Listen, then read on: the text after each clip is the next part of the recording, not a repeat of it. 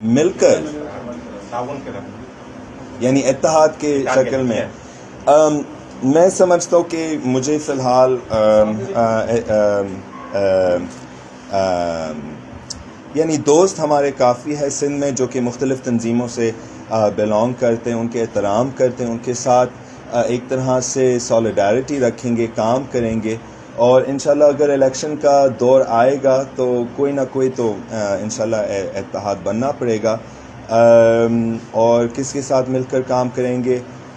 مجھے لگتا ہے کہ سائیں زین شاہ بہت اچھا کام کر رہے ہیں سندھ میں، خود مختاری کے لیے لڑ رہے ہیں. ان کے ساتھ ہمارے کافی ڈسکشنز بھی ہوئی ہیں اس کے بارے میں. ہم دونوں پاکستان کی اتحاد میں یقین رکھتے ہیں اور دونوں خود مختاری کا بھی